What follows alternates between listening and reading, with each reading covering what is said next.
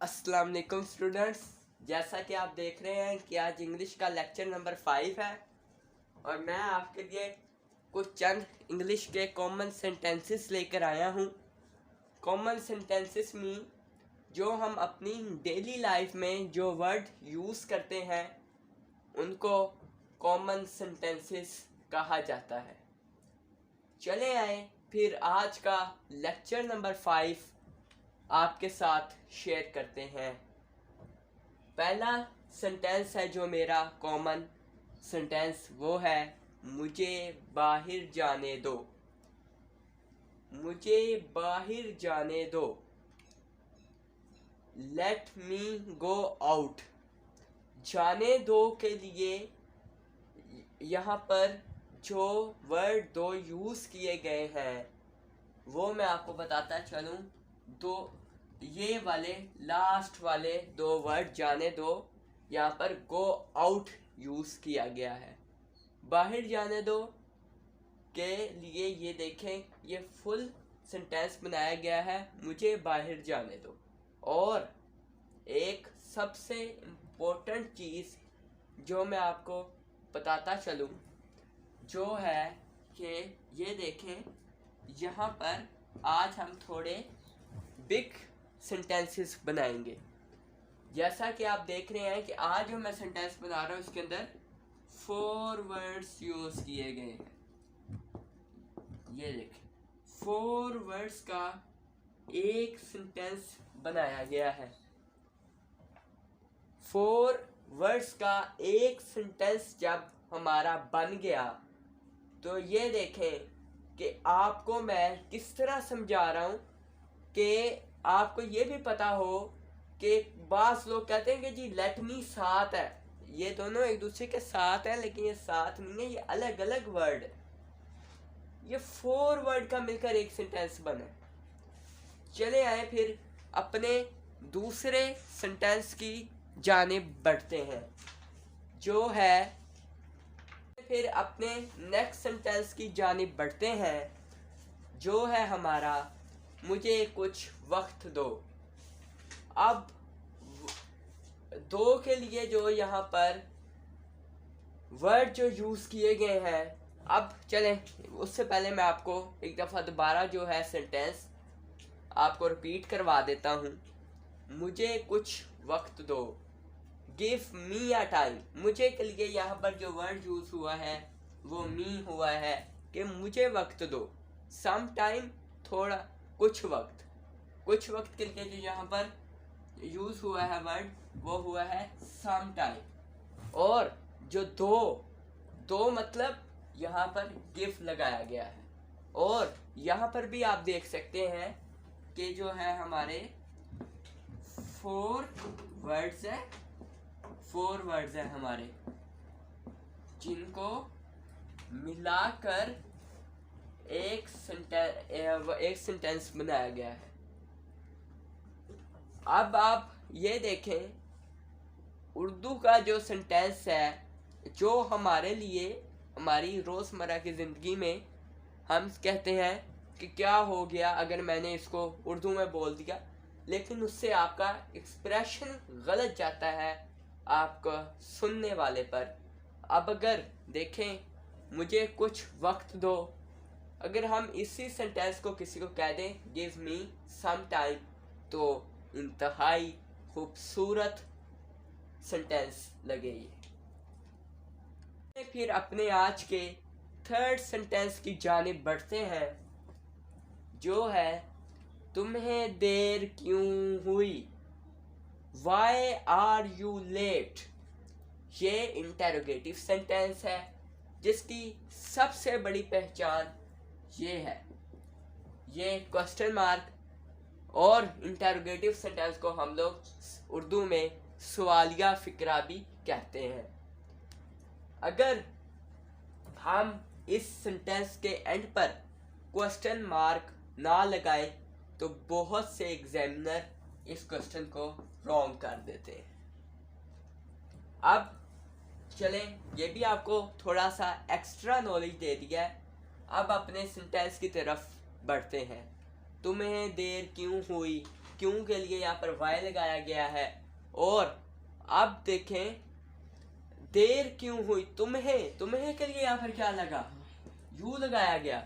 देर के लिए यहाँ पर लेट लगा।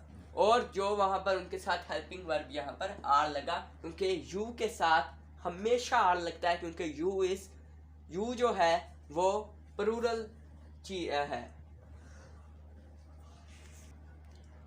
अब ये देखिएगा, ये भी हमारे 4 वर्ड्स का एक सेंटेंस बनाया गया है। ये देख, लेकिन सबसे पहले आपने क्वेश्चन मार्क लगाना नहीं भूलना, क्योंकि एक क्वेश्चन मार्क से आपका 1 मार्क डिटेक्ट हो सकता है आपके एग्जाम्स में। चले आए फिर अपने नेक्स्ट सेंटेंस की जानिब चले जी, फिर अपने नेक्स्ट सेंटेंस की जानिब को बढ़ते हैं, जो है हर एक फूल की कीमत 5 रुपए है। ये ऑलमोस्ट जो है मार्केट में जो दुकानदार होते हैं ये फिक्रा उर्दू में यूज़ करते हैं, लेकिन उनको ये नहीं पता कि अगर वो अपने कस्टमर को ये सेंटेंस इंग्लिश में बोल दें, each of the flower cost 5 rupee, अब कीमत 5 रुपए, कोस्ट 5 रुपीज। देखें, ईच ऑफ द फ्लावर हर एक फूल की। अब ये आप खुद चेक कर लें, और इसके अंदर कितने वर्ड लगे, ये देखें कितने वर्ड लगे, पार्टीशन करके आपको बताते हैं। ये देखें 1 2 3 4 5 6 7 वर्ड्स का एक सेंटेंस आपका बनाया गया है। और देखिए कितना खूबसूरत लगे, और कस्टमर आपकी शॉप की तरफ खुद अट्रैक्ट हो कि यहाँ के स्टाफ को देखें, इनका तो बुलाने का तरीका ही बहुत अच्छा है कि वो कह रहे हैं each of the flower cost 5 rupees, हत्ता कि वो ये नहीं कह रहे कि हर एक फूल की कीमत 5 रुपए है, हर एक फूल की कीमत 5 रुपए है। ये अब आप खुद इसमें फैसला करेंगे कि इंग्लिश में वर्ड्स प्यारे लगेंगे, आपका इम्पैक्ट अच्छा जाएगा, या आपका इम्पैक्ट उर्दू में अच्छा जाएगा। अब ये फैसला आपने खुद करना है। चले जी,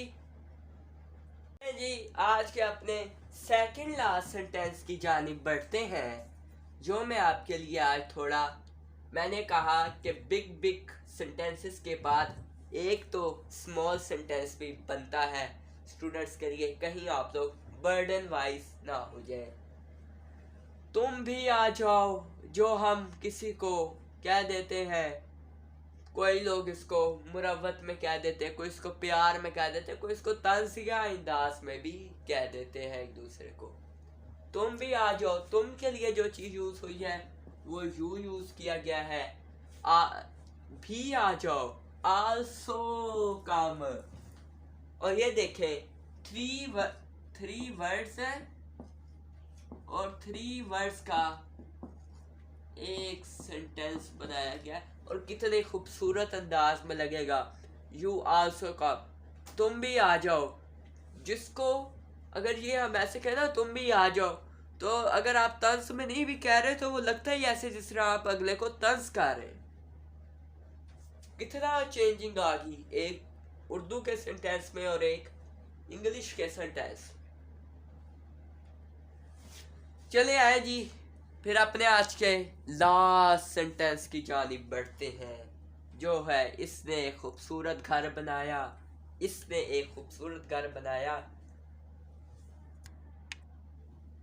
He made a beautiful house.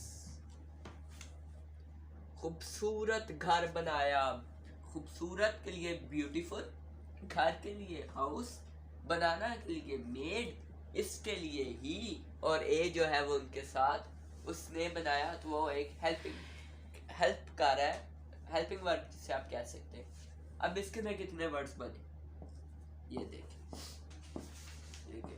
1 2 3 4 और 5 जो है 5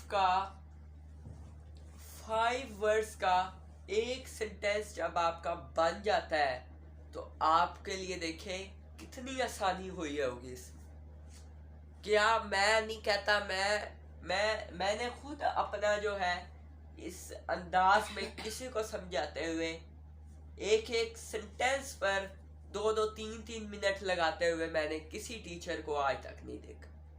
हर एक का अलग चले मेथड है, हर एक का अलग समझाने का तरीका है, पर इस अंदाज से आज तक किसी ने नहीं समझाया होगा आपको। और जाने का तरीका है, पर इस अंदाज से आज तक किसी ने नहीं समझाया होगा आपको। और मेरा मकसद भी यही है कि मैं जो हूँ मैं आप सब के लिए आसानियाँ पैदा करूँ इंग्लिश सीखने में। मैं ये नहीं चाहता कि मैं कोई यहाँ पर मुश्किल आपको वर्ड्स या चीज़ें लिखवाऊँ जिससे आप इंग्लिश को से ही भाग जाए। इंग्लिश एक बहुत गहरा समंदर है जिसको सीखने के लिए आपको बहुत मेहनत की ज़रूरत होती है। इसलिए मैं आपके लिए इसको बहुत इजी से इजी करने की कोशिश करता हूँ। चले जी, फिर मिलते हैं अपने लेक्चर नंबर 6 में। आपने इस लेक्चर को अच्छे से इसकी बार रिवीजन करनी है और इसको 10 to 20 टाइम्स लिखना है। अपना ख्याल रखिएगा लेक्चर नंबर 6 तक के लिए। अल्लाह हाफिज़।